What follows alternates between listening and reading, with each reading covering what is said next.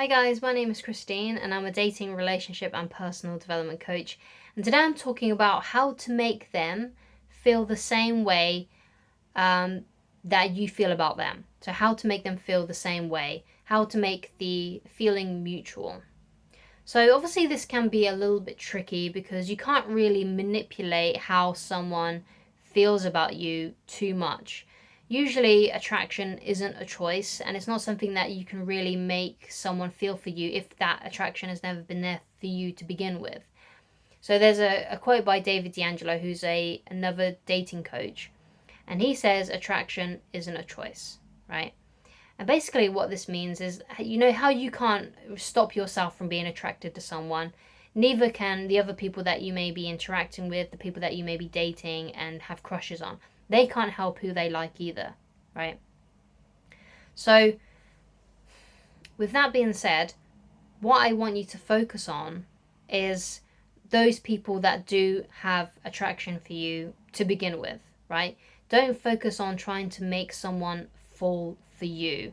Because if you're focusing on trying to make someone fall for you and this person hasn't displayed attraction for you, if this person has rejected you or they've put you in friend zone or they no longer want to date you or they've dumped you and they no longer want to be in a relationship with you, you know, there's not really much you can do apart from giving them the space to miss you, right?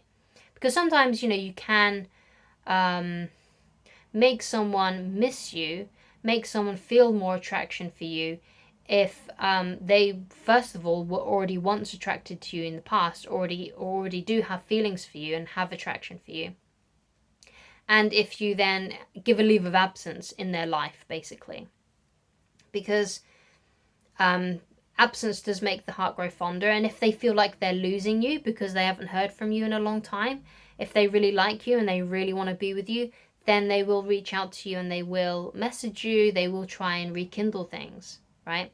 And this is basically a really good way to tell, basically, if someone does still love you or if your crush does actually like you. And that is by just simply backing off and stop talking to them, right? Obviously, you don't want to leave it in a negative kind of way. So, you know, it's obviously good to let them know that you do like them, because it might be the case that you're watching this and this person doesn't even know that you like them. And, you know, if you want them to feel the same way about you, then you kind of need to figure out that, right? You need to ask them out. You need to ask that if you really like someone, but they don't know it and you don't know if they like you and you're trying to make them feel the same way about you, but you're kind of like not doing anything about it. Like, the best way to tell if someone likes you is to ask them out, because if they like you, then they will say yes and they will go out with you. You know, it just makes sense that, you know, if someone likes you, that they will say yes to going out with you, right?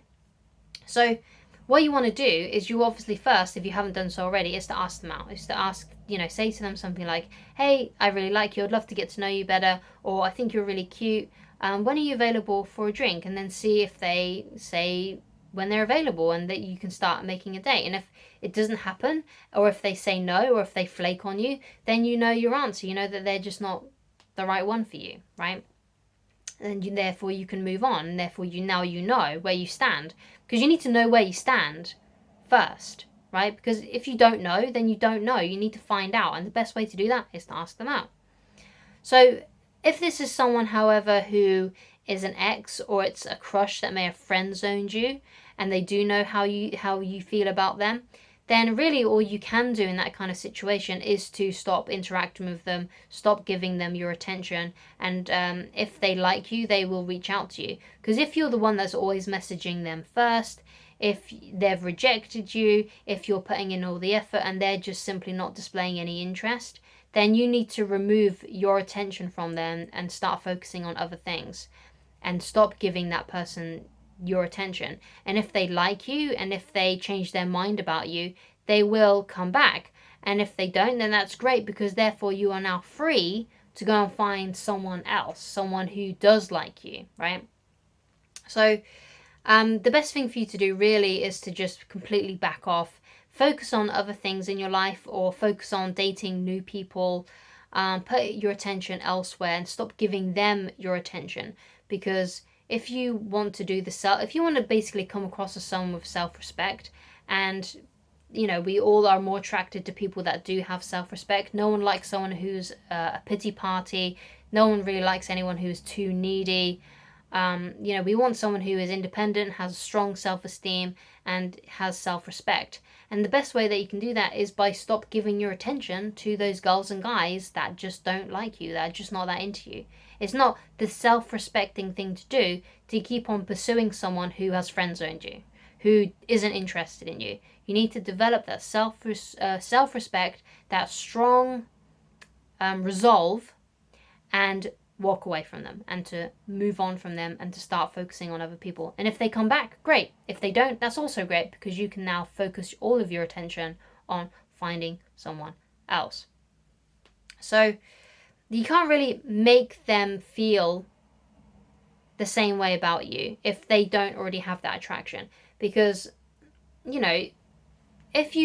I don't know if you've had this experience. I know that I have, but generally, like if you're like when I was at school, there were some girls that I were attracted to, and there were other girls that I just wasn't attracted to, and I don't know why. There was just some I was just more drawn to than others, right?